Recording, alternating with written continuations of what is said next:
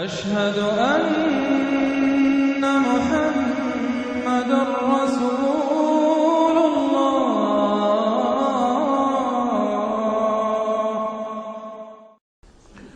سورة الانشقاق. بسم اللہ الرحمن الرحیم.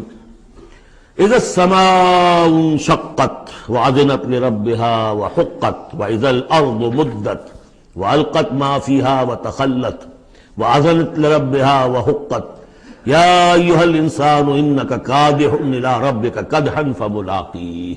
صدق اللہ العظیم.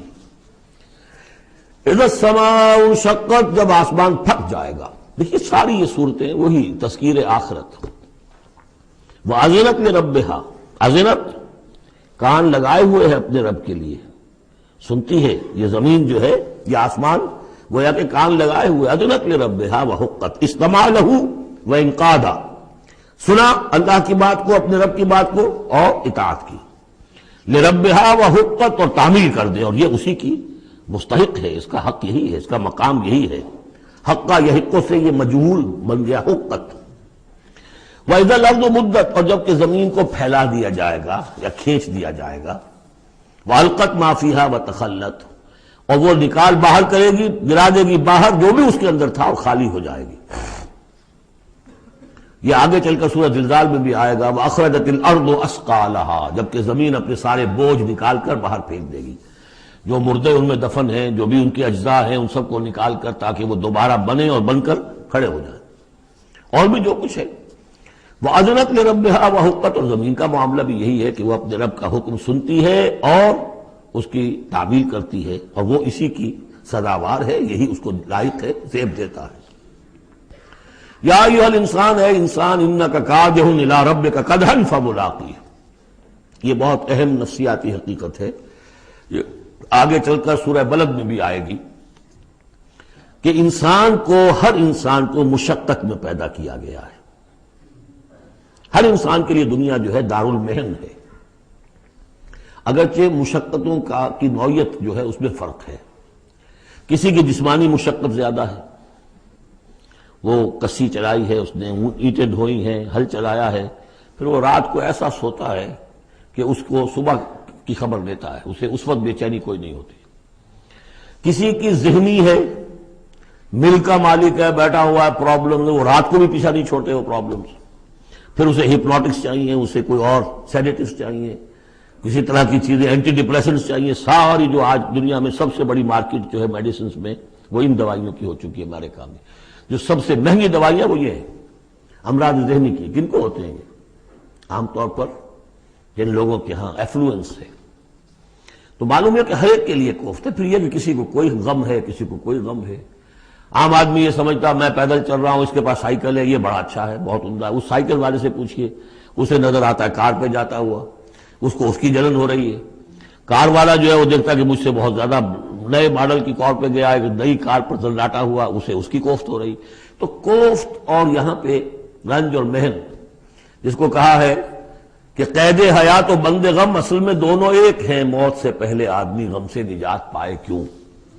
اور معاملہ یہ ہے کہ موت پر بھی جب نجات نہ ملی، اب تو گھبرا کے یہ کہتے ہیں کہ مر جائیں گے، اور مر کے بھی چین نہ پایا تو کدھر جائیں گے؟ وہ جو اب جو گھبرا کے یہ کہتے ہیں، وہ تو بات آئے گی آپ کو سورہ بلد میں. قید حیات و بند غم اصل میں دونوں ایک ہیں، موت سے پہلے آدمی غم سے نجات پائے کیوں، یہ سورہ بلد میں ہے. لیکن دوسرا مرحلہ جو ہے کہ اب تو گھبرا کے یہ کہتے ہیں کہ مر جائیں گے، مر کے بھی چین نہ پایا تو کدھر جائیں گے، وہ یہاں ہے. یا ایھا الانسان، اے انسان، انک کادح الی ربک کدحا، تیرا مقدر یہی ہے تکلیفیں جھیلتا ہوا، بوجھ برداشت کرتا ہوا، کوفت برداشت کرتا ہوا، تجھے ایک پر دوسری، دوسری پر تیسری کوفت اور تکلیف، اور پھر جا کر اپنے رب کے سامنے کھڑے ہونا ہے. ملاقی. اب جو بار برداری کے حیوان ہیں، بیل ہے جتا ہوا ہے، اب جتائے رکھیے، اسے رہٹ میں لگا لیا آپ نے اس کو کسی اپنے ہل میں جوت لیا، اس کے بعد اس سے حساب کتاب تو کوئی نہیں نا. حضرت ابوبکر کہا کرتے تھے عجیب کیف کے عالم میں، کاش کہ میں چڑیا ہوتا جو درختوں پر چہچہا رہی ہے، اس سے کوئی محاسبہ نہیں. کاش کہ میں گھاس کا ایک تنکا ہوتا جو جلا دی جاتی ہے ختم ہو جاتی ہے، اس سے محاسبہ کوئی نہیں ہے، پوچھ گچھ کوئی نہیں، یہاں ہے محاسبہ۔ یا ایھا الانسان انک کادح، مشقتیں بھی جھیلو، صدمے بھی جھیلو، بوجھ بھی اٹھاؤ، اینٹیں بھی ڈھو، اور جو بھی کرنا، قلم کی گھس گھس کرو، بیٹھو، جاؤ 3 جگہ 4 جگہ بطب کرو اور مریضوں کی خدمتیں کرو، اور پھر یہ کہ سب کچھ کر کے پھر ایک دن کھڑے بھی ہو جانا ہے، اب جاؤ ذرا حساب کتاب۔ لن تزول قدم ابن آدم حتی یسأل عن 5، ابن آدم کے قدم ہل نہیں سکیں گے جب تک کہ 5 چیزوں کا حساب نہ لے لیا جائے۔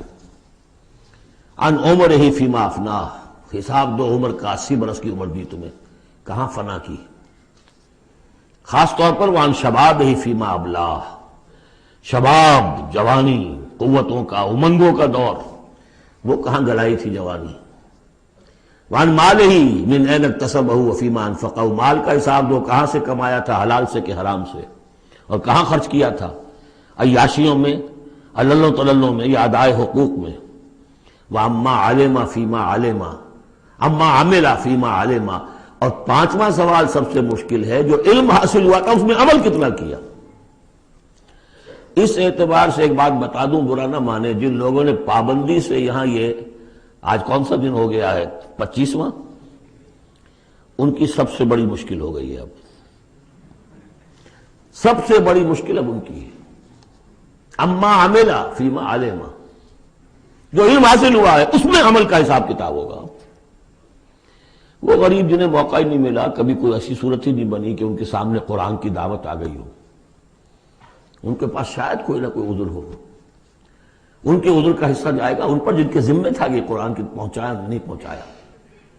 لیکن یہ ہے کہ جن تک یہ بات پہنچ گئی انہیں سمجھ لینا چاہیے کہ بہت سخت ہے معاملہ۔ یا ایھا الانسان انک کادح الی ربک کدحا فملاقیہ فاما من اوتی کتابہ بیمینہ، تو وہ کہ جس کو دی جائے گی کتاب اس کے داہنے ہاتھ میں، فسوف یحاسب حسابا یسیرا، تو اس سے تو لیا جائے گا بہت ہی ہلکا نرم حساب۔ وہ ہلکا اور نرم حساب کیا ہے؟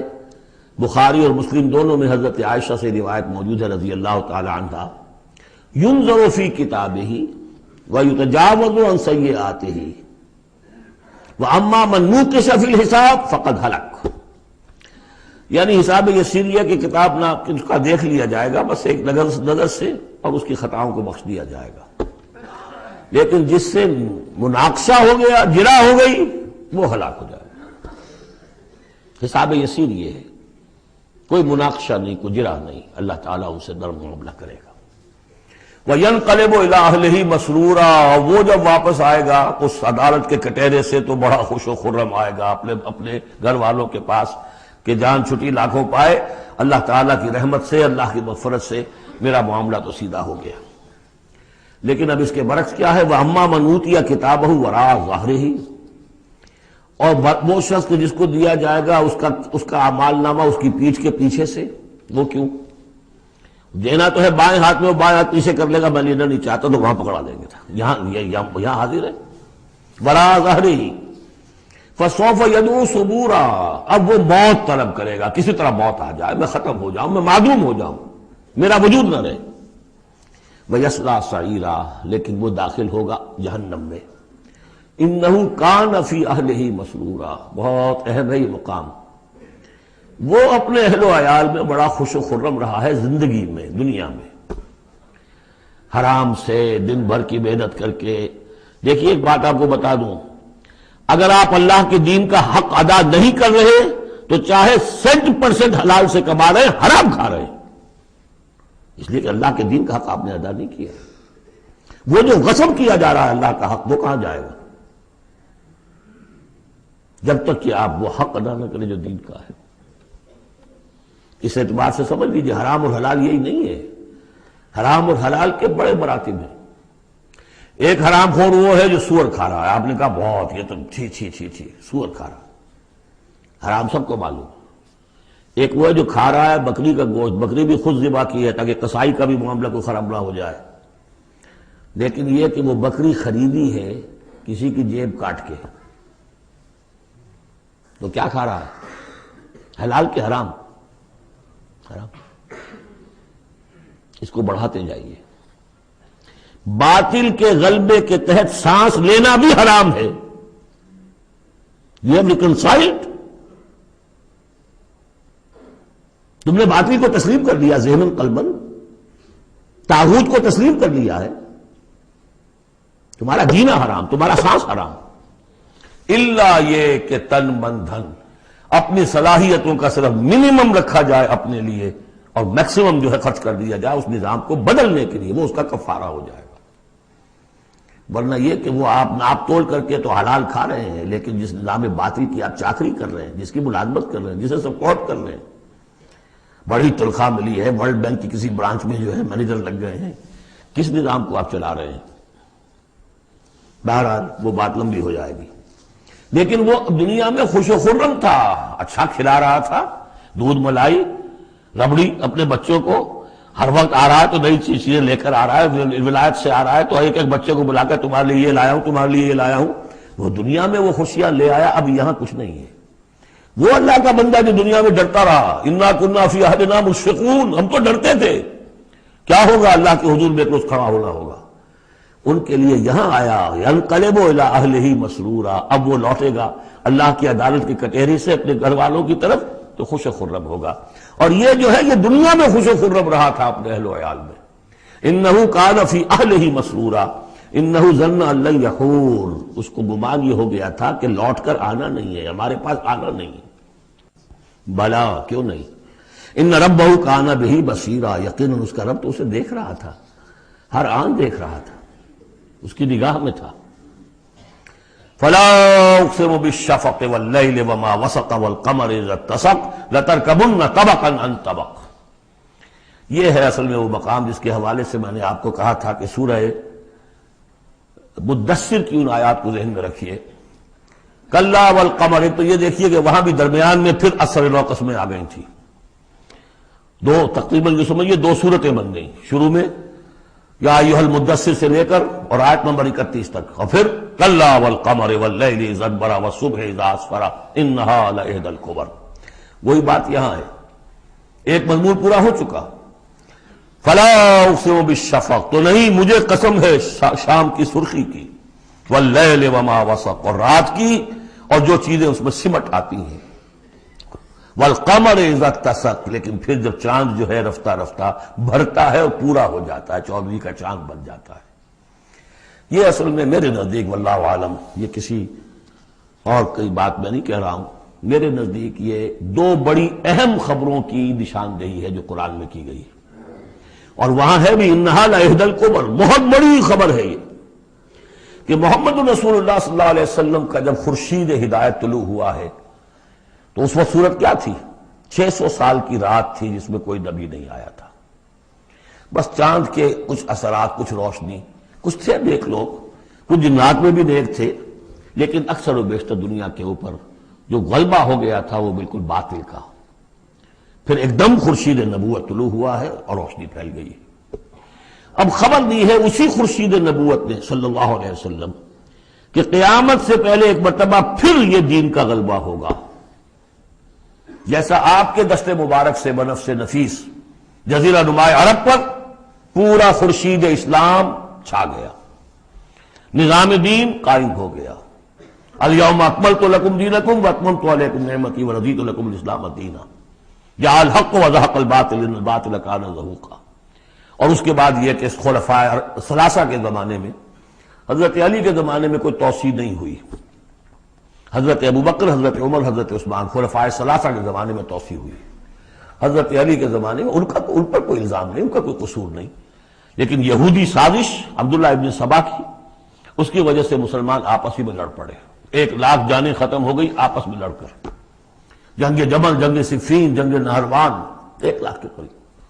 تو مومنٹم گاڑی کا ٹوٹ گیا، موشن ٹوٹ گئی.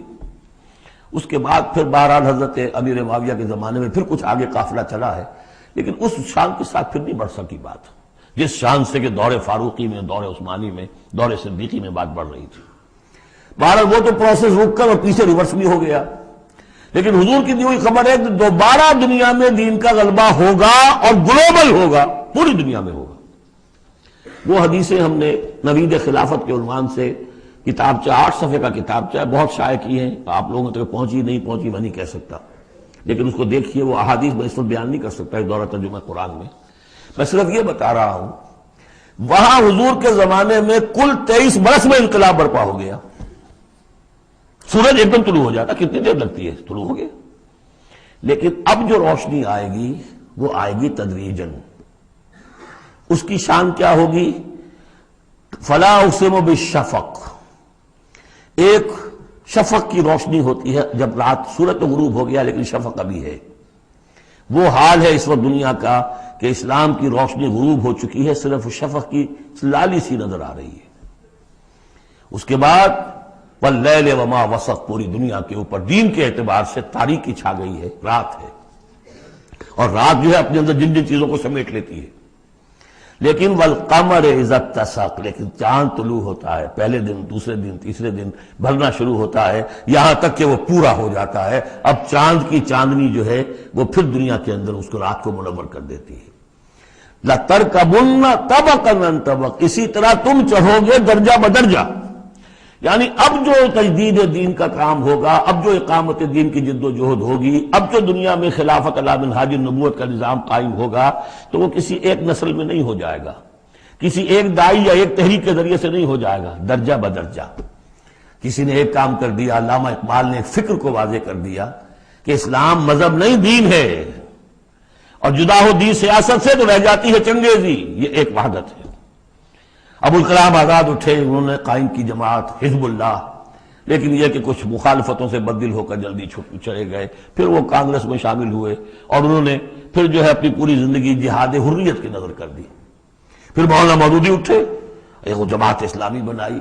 افسوس کہ پاکستان میں آ کر وہ یہاں کی قومی سیاست کے اندر داخل ہو کر انہوں نے بھی منزل کھوٹی کر لیا. وہ قافلہ جو ہے جیسے کہ کہیں کسی دلدل میں پھنس گیا ہے. یہ رفتہ رفتہ ہوگا، لیکن انہوں نے ایک ایک قدم بڑھایا ہے. ان سب کی کوششوں سے ایک ایک قدم بات آگے بڑھی ہے. لَتَرْكَبُنَّ طَبَقًا عَنْ طَبَقٍ، لیکن جس طرح چاند رفتہ رفتہ پہلی تاریخ سے لے کر 14ویں رات تک پورا ہو جاتا ہوگا، ہونا ہے، وہ لازماً ہوگا جس کی خبر دی ہے محمد رسول اللہ صلی اللہ علیہ وسلم نے. وَهُوَ الصَّادِقُ الْمَصْدُوقُ، ان کی دی ہوئی خبر میں کوئی جھوٹ نہیں ہو سکتا. فلا اقسم بالشفق واللیل وما وسق والقمر اذا اتسق لتركبن طبقا عن طبق فما لهم لا يؤمنون. انہیں کیا ہو گیا ہے، ایمان کیوں نہیں لاتے، کیوں نہیں مانتے؟ واذا قرئ علیہم القرآن لا يسجدون، اور جب ان پر قرآن ان پڑھ کر سنایا جاتا ہے کیا ہو گیا انہیں کہ سجدہ نہیں کرتے.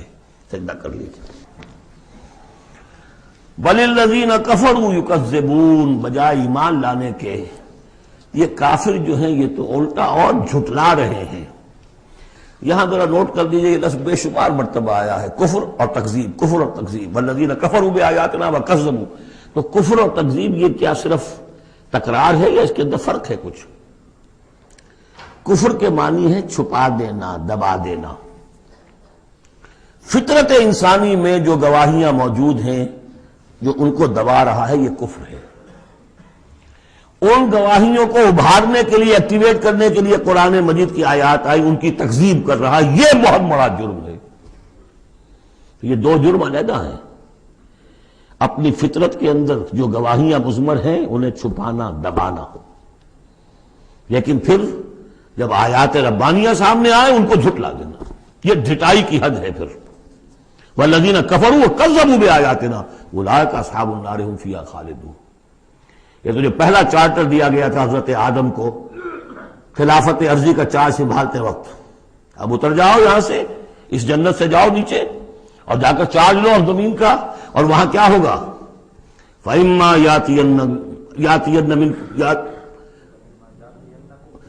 يَأْتِيَنَّكُم مِّنِّي هُدًى فَمَن تَبِعَ هُدَايَ فَلَا خَوْفٌ عَلَيْهِمْ وَلَا هُمْ يَحْزَنُونَ وَالَّذِينَ كَفَرُوا وَكَذَّبُوا بِآيَاتِنَا.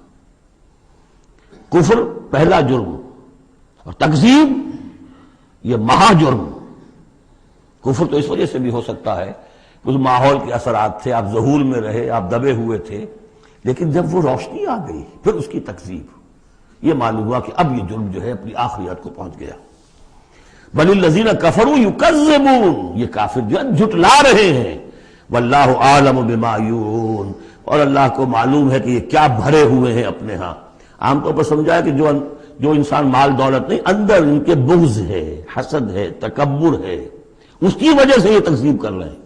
یہ نہیں کہ یہ حق کو پہچان نہیں پائے ہیں، ان کے اندر جو ہے بغض، حسد اور تکبر بھرا ہوا ہے۔ فَبَشِّرْهُم بِعَذَابٍ أَلِيمٍ، تو اے نبی ان کو بشارت دے دیجئے دردناک عذاب کی۔ إِلَّا الَّذِينَ آمَنُوا وَعَمِلُوا الصَّالِحَاتِ لَهُمْ أَجْرٌ غَيْرُ مَمْنُونٍ، سوائے ان کے کہ جو لوگ ایمان لائے اور جنہوں نے نیک عمل کیے، ان کے لیے اجر ہے بے انتہا، کبھی ختم نہ ہونے والا، منن کاٹ دینا۔ اگر کچھ چیز کٹ جائے گی اس کی انتہا ہو گئی، نہیں، یہ کٹ نہیں سکے گا، اس کا سلسلہ جاری رہے گا، مسلسل، غیر ممنون، یہ مسلسل ہے، ختم ہونے والا نہیں۔